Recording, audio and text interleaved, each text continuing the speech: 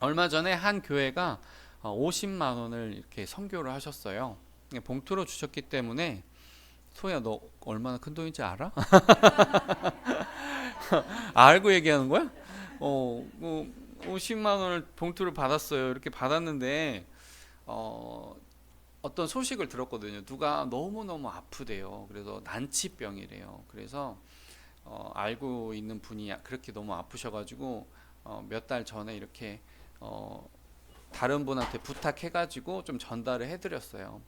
전달을 해드리니까 그분이 전화가 오셨어요. 아, 교회도 어려우실 텐데 왜 이렇게 크게 도와주시냐고 하니까 제가 대답하기를 저도 누군가에게 받아서 드리는 거예요.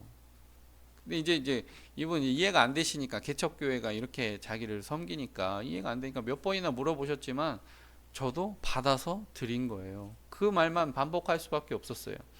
근데 가만히 생각해 보면 제가 이 돈을 아까워했더라면 못 드렸을 것 같아요. 이게 막 주는 게 막 너무 아깝고 이걸로 뭘 할 수 있고 뭘 할 수 있고 이런 식으로 생각하면 못 드려요. 그런데 제 안에 아까워하지 않는 마음이 있다는 게 알게 됐어요. 아깝지가 않다. 어, 오히려 그분을 섬길 수 있어서 너무 좋다, 감사하다 그런 마음이 가득했어요. 제가 이 말씀을 준비하면서 또 하나가 생각이 났는데 제가 이렇게 태연이처럼 막 식사를 맛있게 하면요 저희 아버지가 그렇게 흐뭇하게 쳐다보시고 제가 고기를 많이 먹으면 고기에 젓가락이 안 가고 이제 아버지가 그랬다는 제가 고기를 막 이렇게 먹으면 그 고기에는 젓가락이 안 가요. 또 제가 뭐 조기 같은 생선 같은 걸 막 먹으면 아버지 젓가락이 조기에 안 가요. 그런 식으로 했는데 종종 말씀도 하셨어요. 자식이 먹는 것만 봐도 내가 배가 부르다. 그게 이제 부모의 마음인데 부모가 아까우면 못해요. 이거 주면서 옷 한 벌 사주면서 이 옷 한 벌 사주는 게 너무 아깝다. 이 돈이면 뭘 할 수 있고 뭘 할 수 있고 뭘 할 수 있고 이러면 그건 부모가 아니 잠깐 부모가 아닌 거야. DNA 검사해봐야 돼. 어쨌든 사랑을 할 때요. 내가 돈이 있느냐 없느냐도 중요할 수 있겠지만 그보다 더 중요한 건 내가 아까워하지 않는 마음이 있느냐 없느냐거든요. 며칠 전에도 또 이렇게 여러분들 드릴 쿠키를 이렇게 사면서 아깝지가 않다. 지난 주에도 이렇게 배도라지 생강 청을 이렇게 하나 드리고 이번에 또 드리는데 성탄절날 또 뭘 드릴 수 있을까? 막 그런 생각이 막 솟아요. 그렇다고 막 제가 늘 재정이 막 샘솟는 건 아니지만 그렇든 어쨌든지 뭔가 주고 싶어요. 그런 사랑하는 마음이 있습니다. 자, 오늘 본문에는 아까워하지 않았던 여인의 이야기가 등장하고 있어요. 그런데 이 사건의 시간적인 배경은 6월절 엿새 전, 6일 전이고 장소적인 배경은 이제 베다니 나병 환자 시몬의 집입니다. 자, 그런데 재미있는 게 뭐냐면 마태복음, 마가복음, 요한복음은 이렇게 그 한 명의 여인인 것처럼 이야기가 스토리가 쭉 연결이 되는데 누가복음 7장에 등장하는 향유 옥합을 이렇게 드린 여인 이야기는 좀 달라 보여요. 왜냐하면 바리새인 시몬의 집이라고 얘기를 하고 있고 다른 복음서는 이제 베다니 지역에 나병 환자 시몬의 집. 그러니까 시몬이라는 이름은 똑같은데 한 명은 바리새인이고 한 명은 나병 환자로 기록돼 있어요. 그래서 성경 학자들이 생각할 때는 이거는 두 명의 여인이다. 두 명의 여인이 각각 다른 헌신을 한 것이다라고 보는 학자가 있고 아니다. 이것은 한 명의 학자래요. 한 명의 여인이 드린 것이다. 이렇게 보는데 저는 후자 쪽에 저 관심을 많이 둡니다. 왜냐하면 이 누가복음의 이야기가 별도의 이야기라고 하기에는 너무 그 메시지와 흐름이 긴밀하게 연결되어 있거든요. 그렇지만 오늘 좀 단순화 시켜가지고 이제 베다니 시몬의 집에서 이런 일이 있었다고 보는데 마가복음에서는 예수님의 머리에 부었다고 하고 요한복음에서는 발에 부었다고 되어 있어요. 그러면은 이러한 문제는 어떻게 해결할 수 있느냐면 머리에도 붓고 발에도 부었다 이렇게 간단하게 이렇게 해결을 할 수 있는데 이 향유 옥합은 인도 지역 인도의 북부 지역 히말라야에서 나드초의 뿌리를 추출해서 옥합에 담은 겁니다. 그 당시에 2000년 이쯤 그 훨씬 그 후대에서 인도 그 히말라야에서 나드초라고 하는 예쁜 꽃이 있고 그의 뿌리를 잘 갈아가지고 진을 내가지고 향기를 옥합에 담았다. 여러분 굉장히 고급 기술인 거죠. 그 당시에 굉장히 고급 기술이에요. 옥합은 목을 이렇게 목 모양이 있어가지고 이렇게 항아리 모양인데 목이 좁다는 것이 특징이기 때문에 깨트려서 사용하거든요. 깨트려가지고 그러면은 일회용이라는 거예요. 일회용. 한 번 사용할 수 있는 거란 말이에요. 그런데 이 값이 얼마였느냐? 300데나리온.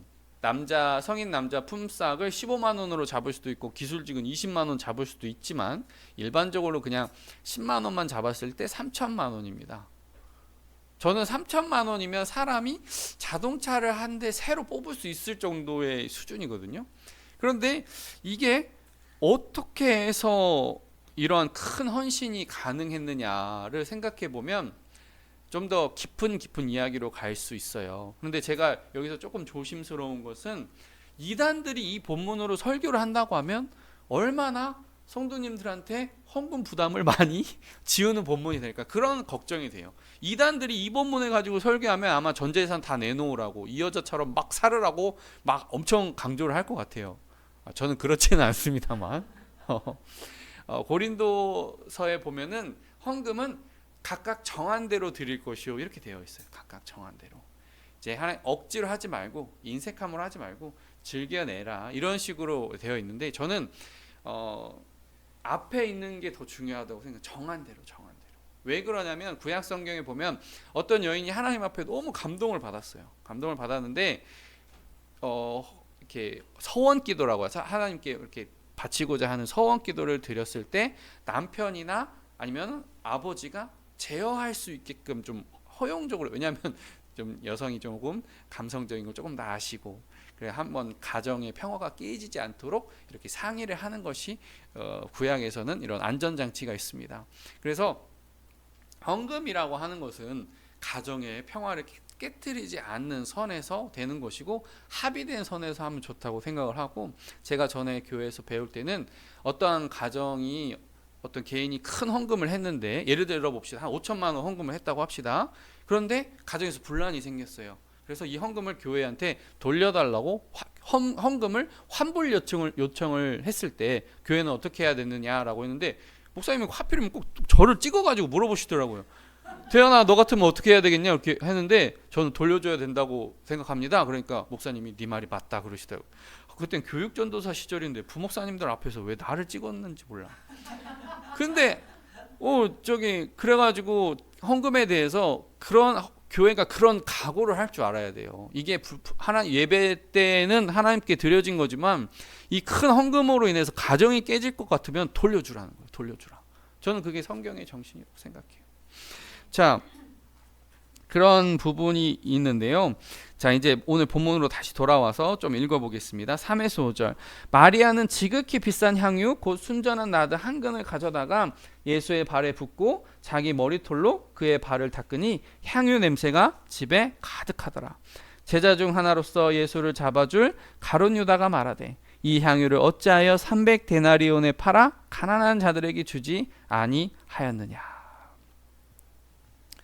요한복음에서 당연히 요한이 기록을 했으니까 이 유다가 어떠한 마음가짐의 상태인 걸 이미 아니까 마치 드라마나 영화를 한번 보고 나서 다시 읽으면 어떤 사람의 의도가 더 명백하게 보이듯이 이 지나간 모든 일을 알고 있는 요한의 입장에서 보면 저는 도둑이라 이렇게 되어 있거든요. 사실은 돈깨를 가룟 유다가 관리하고 있었고 그 돈깨를 유다가 관리하다 보니까 이거를 가난한 자들에게 팔아서 일단 오면 내가 좀 이렇게 착복할 수 있고 조금 이렇게 예수님께 덜 드릴 수 있고 이걸 자기가 컨트롤하기 때문에 아까워서 나온 말이거든요. 지금 자기한테 들어올 돈이 예수님한테 가니까 아까워서 이런 말을 했다는 거예요. 그런데 예수님의 반응은요, 가만히 둬라. 가난한 자들은 너희 곁에 늘 있겠지만 나는 이제 곧 장례를 준비하는 것이니 그녀가 내 장례를 미리 준비한 것이다. 이렇게 말씀을 해주셔요. 요즘에는 그런 그 선결제가 또 유행을 하고 있어요. 어떤 사람이 어디 가서 카페나 식당에 가서 식사할 수 있게끔 선결제를 해놓는 거예요. 그래서 이러한 문화를 보면 따뜻하죠. 그거를 뭐 주시는 분도 따뜻한 마음으로 하는 거고 받는 분도 따뜻한 마음으로 받아서 요즘 선결제라는 말이 유행하는 것 같아요. 그런데 저는 그 향유 옥합을 드린 여인의 마음이 약간 선장례인 거죠. 선장례. 예수님의 장례를 미리 준비하는 거. 그런데 그녀가 미리 알았을지 몰랐을지 그건 정확히 모르겠어요. 예수님께서 나 이제 죽었다가 다시 살아날 거야. 제자들에게 종종 말씀하셨으니까 그걸 그녀가 듣고 정말 장례를 준비한 것인지 아니면 그냥 순수한 마음으로 드린 것인지 모르고 그냥 순수한 마음으로 드린 것인지 이런 것들도 조금 하나하나 살펴보면 참 은혜가 되는데요. 이 성경에 나타나는 헌신을 보면 참 다양한 종류의 헌신이 있어요. 노아는 방주를 만드는데 75년에서 100년이 걸렸을 것으로 예상합니다. 하나님께서 노아야 이제 큰 비가 내릴 것이다. 방주를 만들어라. 그런데 75년을 100년을 만들었어요. 그러면 99년 동안 99년 11개월 12개월 뭐 25일 동안 비가 안 오는데 홍수가 안 오는데 산에서 다른 사람들이 욕하는 소리를 다 참고 100년을 인내한 거 아니에요? 또 아브라함도 100세의 이삭을 얻었고 또 한나는요 자기가 정말 귀하게 낳은 첫 아들을 제사장한테 보내드렸어요. 예수님의 어머니의 마리아도 자기 아들로 태어났지만 메시아의 삶을 인정하고 영광의 삶으로 마리아가 예수님께서 십자가에 못 박히셨을 때 그 비통한 심정을 한번 상상해 보세요. 아니 메시아라고 지금 컸고 하나님의 삶으로 내어드렸고 다 했는데 결과가 왜 이런 거야? 그러면서 정말 비통한 마음이 있었을 것 같아요. 그리고 또 다윗은요 자신의 모든 평생에 걸쳐서 받은 어떤 조공이나 노량물들을 다 성전 공사에 다 드렸고 베드로는 그물을 버려두고 예수님을 쫓았고 바울은 자기의 모든 배경을 배설물로 여기고 선교사의 삶을 살았어요. 끝내 순교했습니다. 그런데 하나님이 감동하시는 일이 무엇인가 생각해 보면서 이 여인이 드린 향유 옥합을 생각해 보니까 너무 귀한 거예요. 그러면서 주님의 다시 오셨을 때 정말 재림주로 오셔서 우리의 모든 잘못된 것을 제자리로 돌리시고 양과 염소를 가르시고 심판과 천국을 가르시는 날에 오실 예수님의 모습은 그 영광은 어떻게 보면 향유 옥합으로 대신하기에는 너무 작죠. 예수님의 그 정말 세상 마지막 때에 예수님이 정말 호련히 나타나시고 말씀으로 대적을 도말하시고 정말 성도들을 안전한 곳으로 이제 천국으로 완전히 인도해 가시고 부활의 시작이고 그런 모습들을 이렇게 상상해 보면 향유 옥합은 어떻게 보면 예수님의 영광에 비하면 좀 작은데? 라는 마음도 들어요. 그런데 예수님 정작 본인이 이게 작은 사건이 아니라고 말씀하셨고 성경에 남겨서 곳곳에 전파하라고 말씀해 주시죠. 이게 왜 그럴까? 그 미리 어떻게 보면 그 아까 말씀드린 선결제처럼 하나님께서 예수님께 미리 주신 은혜가 있었다는 거예요. 너가 십자가를 짊어지고 그 죽음의 두려움과 공포와 극도의 목마름과 배고픔으로 갈 텐데 이제 피를 쏟으면 극도의 어지러움증 같이 오잖아요. 빈혈 증세처럼 막 정신도 혼미하고 이런 상황으로 갈 텐데 그러한 상황에 이르렀을 때 내가 너에게 미리 준 은혜가 있다는 거예요. 예수님께 미리 준 은혜가 있다는 거예요. 그게 향유 옥합이 된 거예요. 미리 준 은혜. 어떠한 사람이 어떤 신앙인이 길을 가다가 부딪히고 내 삶이 왜 이러지? 내가 왜 이런 사건과 질병에 시달리지? 왜 나의 삶에 이런 좋은 변화가 없지? 이런 정체 구간이지? 이런 마음이 들 때 하나님이 그럴 줄 알고 네가 그렇게 힘들어할 줄 알고 미리 딱 베풀어 주시는 은혜가 있는 줄로 믿습니다. 그래서 몇 가지를 생각해 보면 하나님은 천국을 주셔서 영원한 생명과 소망을 주셨어요. 우리 가족이 부모님이 먼저 돌아가셔도 다시 하나님 안에서 만날 수 있구나. 그 어마어마한 소망이 우리 안에 있고, 두 번째는 임마누엘의 소망인데, 임마누엘의 소망이 별건 아닌 것 같아요. 주님이 늘 우리와 함께 계시는 것 같기 때문에 주님이 우리 마음에 어떠한 복을 주셨는지 잘 모르시는 경우가 많은데, 저도 그렇고 다 모르는 경우가 많은데, 임마누엘의 복이 없어서 사단이 우리 마음을 자꾸 갉아먹고 충동질하고 이러면 망각, 환청, 우울이 와요. 그리고 악몽을 꾸고 불안해하고 두려워하죠. 심하면은 감정 기복이 너무 조성관에 왔다 갔다 한다잖아요. 감정 기복이 너무 심하고 다중인격이 나타나고 이러한 모든 정신질환이 있어요. 이게 이 정신질환이 없다는 게 감사하다는 사실 우리가 잊어버리고 살아요. 왜? 나는 일상생활 잘하고 있으니까. 근데 이러한 모든 정신질환들이 나를 괴롭히고 뭐 조현병이네 뭐 조울증이네 그런 게 있으면 일상생활이 안 돼요. 대화가 소통이 안 되고 대화가 안 돼요. 늘 어려움이 있고 당연히 직업을 가질 수도 없고 직업을 가질 수 없으면 경제적으로 어려워지고 이런 것이 있는데 하나님은 이러한 것들로부터 막아주셨다는 거예요. 물론 우리가 잠시 흔들릴 때가 있지만 다시 돌아올 수 있도록 해주시는 그 은혜가 분명히 있어요.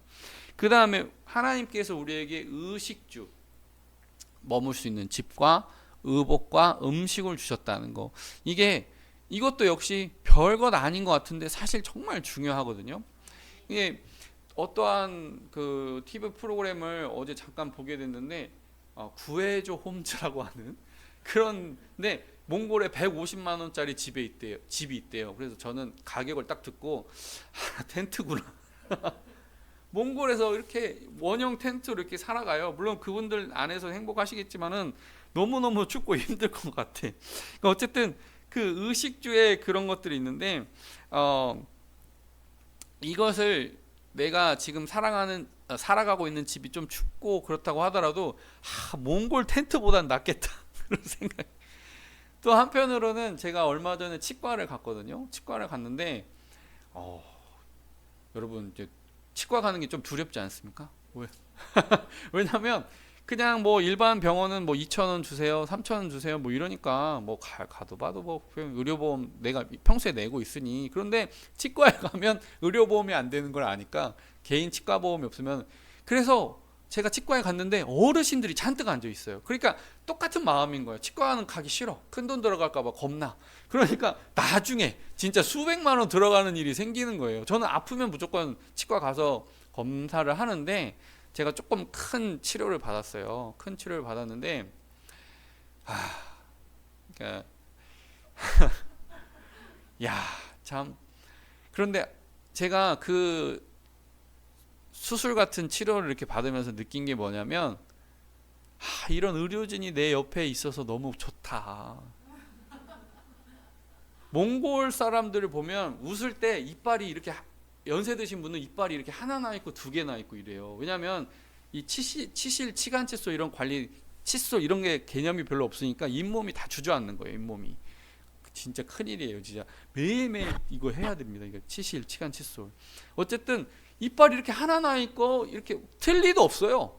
도대체 뭘 먹고 사는지 모르겠어. 야, 무슨 죽을 먹는지 어쩌는지. 그러니까 그냥 의료진이 내 옆에 있다는, 돈이 있다 없다는 일단 차후 떠나서 돈이 있고 없고 이걸 떠나서 돈이 몽골에서 부자인데 뭐 예를 들면 그 텐트 안에 사는데 막 말이 뭐 100마리 있고 소가 뭐 100마리 있어도 치과가 없으면 어떻게 할 거야 이거. 야, 어르신들 말씀이 이빨이 있어서 막 씹는 재미가 있다는 것은 인간의 5가지 복 중에 5복 중에 하나라고 그랬잖아요. 그런 것처럼 하나님께서 내게 의식주 말고도 집과 옷과 먹는 것 외에도 내게 이미 수많은 것을 붙여주셨다는 거예요. 물론 이 나라가 지금 조금 불안전하지만 갑자기 생각나는데 예전에 우리가 공포에 떨었을 때가 언제냐면 일본 반도체 그 소재 업체가 이거를 한국에 안 판다라고 화이트리스트에서 한국을 배제했을 때 우리나라 정말 언론에서 다 우리나라 죽는다 그랬었어요. 큰일 났다 그랬었어요. 지금 어때요? 몇 년 지나니까 그런 게 있었는지도 다 잊어버리셨죠? 그런 것처럼 하나님께서 이 나라를 이미 감싸고 계시고 또 시간 지나면 하나님께서 해결해 주실 것이고 우리가 믿고 든든하게 살아가는 것입니다. 감사에 대한 이야기 한 가지 들려드리면요, 미국 카빌에 있는 한센병 재활치료 원장 폴 박사가 있었어요. 폴 박사가 미국에서 이렇게 활동하고 자기가 제일 권위자이고, 그런데 어느 날 영국에 뭐 세미나가 있었는지 이렇게 영국의 런던에 방문할 그런 기회가 있어서 갔어요. 기차를 한참 타고 가가지고 호텔에 들어가서 숙소를 풀고 그러는데 갑자기 발에 아무런 감각이 없는 거예요. 그래가지고 이상하다 싶어가지고 자기가 있는 바늘을 가지고 내 복숭아뼈 밑에 있는 부분을 콕 찔렀는데, 상당히 세게 콕 찔렀는데 아무 반응이 없는 겁니다. 아, 한센병에 걸렸구나. 그러니까 자기가 가장 한센병에 있어서 가장 권위자이고 가장 전문가이다 보니까 자가 진단을 내린 거예요. 복숭아뼈 밑에, 아니 아무데나 찔러도 아프잖아요 사실은. 거기다가 콕 찔렀는데 아무 반응이 없는 거예요. 그래서 밤새 울면서 기도했답니다. 주님, 제가 한센병 돌보는 사람인데 제가 잘못되면 어떻게 되겠습니까? 저 살려주십시오. 막 울고 기도하고 하는데 그 다음날 아침에 혹시나 하는 마음에 다시 한번 콕 찔르니까 아 그런 거예요. 알고 보니까 기차를 너무 오래 타가지고 잠깐 신경마비가 왔던 거예요. 그러니까 바늘을 찔러서 고통을 느낄 수 있다는 것에 감사하게 됐다는 거예요. 하나님께서 내게 주신 은혜가 그렇게 있습니다. 자, 다시 말씀으로 좀 돌아와서, 그렇다면 이 여인은 과연 장례를 안 것인가 모른 것인가, 그리고 왜 이렇게 사람들 많은 데서 이 일을 벌린 것인가, 이거를 생각해 봐야 되는데, 그래서 저는 누가복음 7장의 이야기가 별도의 이야기처럼 느껴지질 않아요.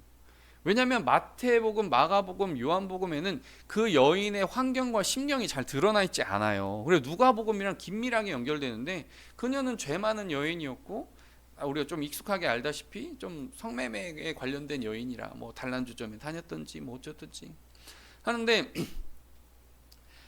그녀가 3천만 원이나 되는 돈을 모을 수가 있었다는 것 자체가 사치를 조금 안 했다는 거예요. 왜냐하면 명품백 사고, 뭐 악어 가죽 벨트 뭐 사고, 소가죽 뭐 이런 거 사고, 이렇게 쓰기 시작하면, 쉽게 번 돈이라 쉽게 이렇게 나가기 시작하면 그렇게 향유 5컵을 못 모아요. 그런데 왜 이 여인이 향유 5컵을 모았느냐?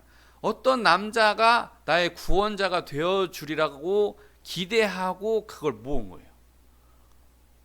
사실 그놈이 그놈인데, 근데 사실 다 그놈인데, 이 향유 5컵을 가지고 있으면은 누가 이 안 좋은 환경에서 나를 좀 꺼내줄 수 있는 남자가 생기면 이걸 주려고, 그걸 뭐 이거 왜 하겠어. 이거 귀빈이 오거나 이런 뭐 대통령이 오거나 아니면 남편이 먼 나라에 갔다 오거나 남편이 돌아가셨을 때 깨트려서 사용하는 건데, 남편을 생각하지 않은 혼수품 1호니까, 이게 혼수품이니까, 사실 혼수품 1호로 준비했다는 건 결혼을 잠정적으로 준비했다는 거거든요.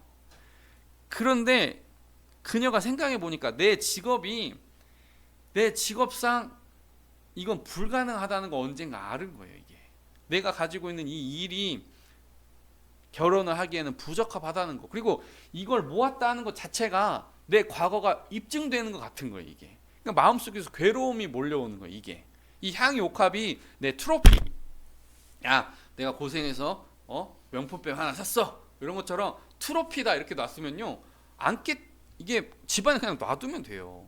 근데 어느 순간 이게 불편해졌다고요. 이게 오히려 나의 트로피가 아니라 나의 지나간 과거를 총 합쳐놓은 것 같은 그런 불편한 마음이 드는 거예요. 그런데 보세요, 향유 5컵 자체가 더러워진 겁니까? 그게 내가 볼 때마다 좀 마음이 괴로운 거일 뿐이지, 이 향유 5컵 전체는 그냥 귀한 거예요. 그러니까 이거를 들고 예수님은 지금 어떻게 보면 뭐 요즘 인싸라고 그래요, 뭐 아니면 뭐 인플루언서라고 그래요. 정말 유명인 스타거든요. 이분이 언제 어떻게 발빠르게 움직이실 줄 모르니까 집으로 뛰어가서 그놈 품에 안고 막 달리기 시작하는 거예요. 주님이 언제 떠나버리면 이거 못 드릴 수가 없으니까. 그리고 이게 어떠한 예물입니다라고 사람들한테 일일이 설명하지도 않아요. 그냥 깨트려가지고 머리에 조금 붓고 발로 해가지고 머리로. 아깝다면, 이걸 가지고 뭘 계산하고 했다면 못했을 행동이고, 사람들 눈치 봤으면은 못했을 행동이에요. 그런데 넘치는 마음으로 그냥 한 거예요. 넘치는 마음으로 그냥 하는 행동이에요.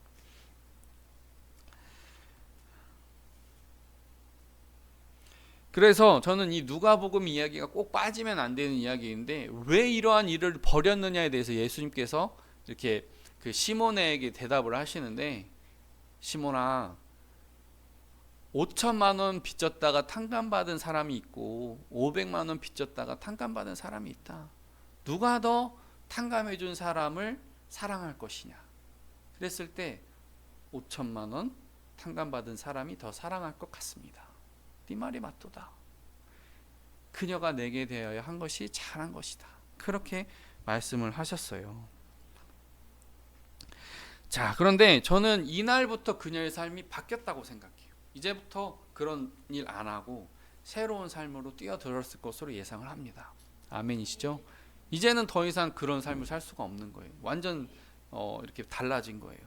그래서 조금 더 깊이 생각해 보면, 남자랑 잠깐 데이트해서 버는 돈이랑 내가 땀 흘려서 최저시급 받는 거랑 숫자로 비교하면 안 돼요. 다시. 응? 내가 만약에 그 여인이 편의점에서 최저시급 받으면서 뭐 10,000원 근처의 돈을 벌면 잠깐 이렇게 한 3일 정도는 일해야 비슷할까요? 그런 것처럼 괴로운 거예요. 그러니까 땀 흘려서 이제까지 땀 흘려 살지 않았던 여인이 땀 흘려 사는, 노동하는 그 괴로움을 참아낼 수 있는 용기가 예수님한테서 온다고요.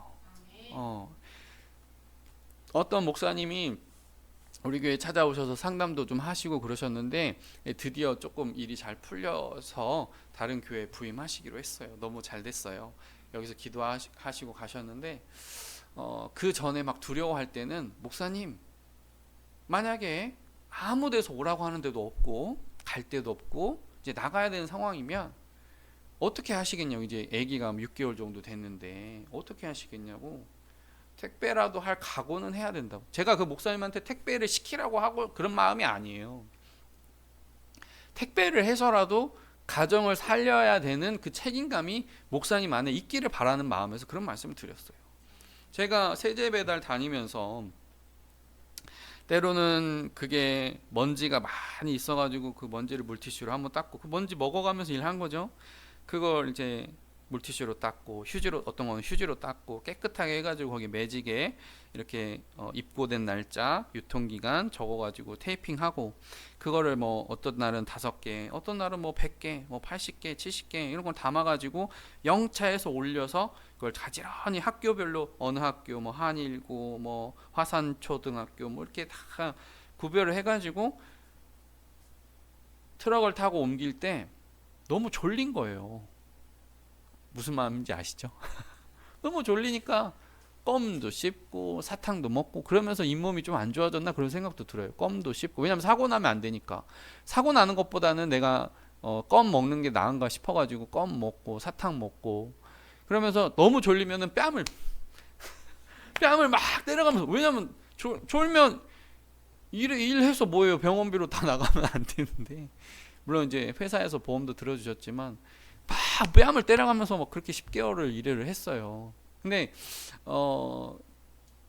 하나님께서 저에게 그 허락하신 그 10개월 동안 성도님들이 얼마나 힘들게 돈을 버는가를 알게 하신 것 같아요. 그냥 머리로 고생하시겠지 이거랑 좀 달라요.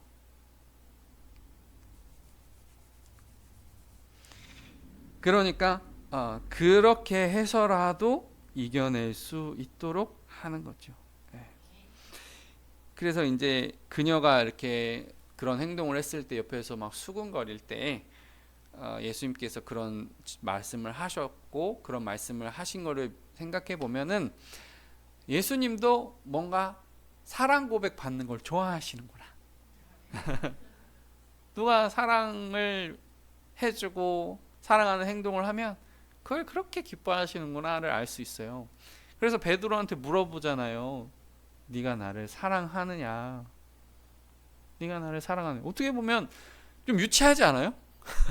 그 어마어마한 하나님이 공동의 세상의 창조주이고 구원자이고 인간의 구원의 문을 여신 하나님, 그분께서 굳이 사랑하느냐고 한 번 더 물어보는 게 어떻게 보면 좀 손발이 좀 오그러드는 것 같고 그런데도 네가 나를 사랑하느냐라는 걸 물어보시는 걸 보면 예수님도 사랑받으시는 거를 좋아하시는구나. 우리 마음에 사랑이 우러나서 하는 행동을 기다리고 계시는구나. 그런 생각이 들어요. 우리에게 익숙한 가수 션이 있어요. 우리 태은이 정도면은 가수 션 하면은 가수가 아니고 기부하는 아저씨, 그렇게 해야 올바른 세대인 거야. 내가 생각할 땐. 근데 조금 알면은 션 그러면은 YG 엔터테인, 너무 구체적으로 알고 있어. YG 엔터테인먼트의 진우 션이라고 하는, 진우와 션이 함께 만들어진 진우 션이고, 그분이 어떤 뭐 활동을 했고 대략 알면은 이제 나이가 조금 뭐 드신 거죠. 근데 이게 이분이 막 지난 광복절에 막 마라톤을 한단 말이에요. 운동을 매일 하려고 노력을 하지만 매일 하는 게 쉽지 않아요. 그렇게 마라톤을 할 수 있으려면 매일매일 운동이 꾸준해야 되거든요. 내가 마라톤을 할 테니 여기 이런 데다가 좀 후원 어떤 기호들을 붙이고 광고비를 좀 줘라. 그 광고비로 우리 독립 운동하셨던 그 후손들이 너무 힘들게 살고 있으니 이분들 노후화된 집을 좀 새롭게 만들어 달라. 그렇게 해가지고 본인이 직접 가서 망치도 두들기고 세면도 칠하고 이러면서 그 봉사활동을 하는데, 표정을 보면요, 이게 아까워서 하는 행동, 이게 표정이 아니에요. 이게 하나님께서 가수로 살 때보다 더 많은 돈을 붙여주시는 거예요. 그래서 막 아낌없이 나눕니다. 계속 선한 것을 연구해요. 그런데도 이렇게 하나님께서 은혜 주시는 것을 알 수 있어요. 그래서 저희도 그런 삶을 살아가자. 여러분에게 뭐 당장 몇 천만 원을 어떻게 하라, 그건 이단입니다. 죄송하지만 그렇게는 강요할 수 없지만 이러한 모범을 본받아서 주변의 이웃에게 많이 나누고 섬길 수 있는 귀한 저와 여러분 되시기를 예수님의 이름으로 축복합니다. 아멘. 기도하겠습니다.